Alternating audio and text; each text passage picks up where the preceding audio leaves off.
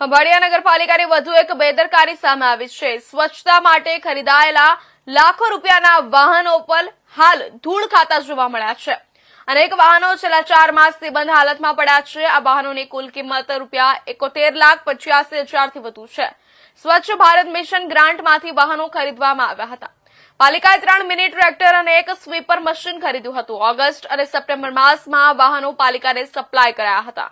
નવા હોવા છતાં વાહનોનો કોઈ ઉપયોગ થતો નથી। યોગ્ય આયોજન અને સંચાલકના અભાવે વાહનો બંધ પડ્યા છે।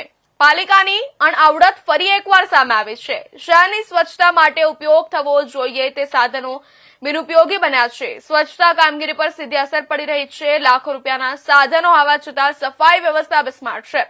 શહેર નાણાંના વ્યર્થ વપરાશનો ગંભીર મુદ્દો ઉભો થયો છે। સ્થાનિક લોકોમાં આ મામલે ભારે નારાજગી જોવા મળી રહી છે। જવાબદાર અધિકારીઓ સામે પ્રશ્નો ઉભા થયા છે। વાહનો બંધ રહેવા પાછળના કારણો હજુ સ્પષ્ટ થયા નથી। જવાબદારો સામે કાર્યવાહી થશે કે નહીં તે સવાલ છે। સ્વચ્છ ભારત મિશનની ભાવનાને ઠેસ પહોંચી છે। હવે નગરપાલિકા તંત્ર ક્યારે જાગશે તે જોવાનું રહ્યું।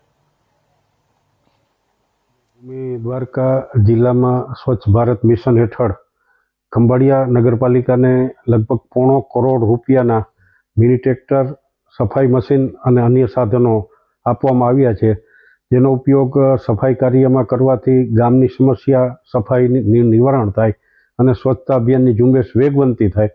પરંતુ ખંભાળિયા નગરપાલિકાના ચીફ ઓફિસર અને વહીવટી વ્યક્તિઓ, અધિકારીઓની બેદરકારીને કારણે આ ₹1.25 કરોડ રૂપિયાના સાધનો જે ઓગસ્ટ અને સપ્ટેમ્બર મહિનામાં આવી ગયેલા છે તે કામ વગરના અને ધૂળ ખાતા પડ્યા હોય, લોકોના અને સરકારના પૈસા પાણીમાં ગયા જેવો વહીવટ અહીં જોવા મળી રહ્યો છે।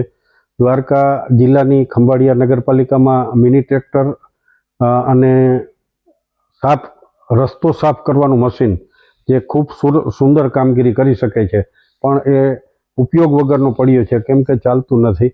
અને આ મશીનો એમનેમ ટ્રેક્ટરો પડ્યા છે કેમ કે એને લાયક જે ટ્રોલી છે એ ટ્રોલી મોટી આવેલી છે, એને કારણે આ મશીનો એમનેમ પડ્યા હોય।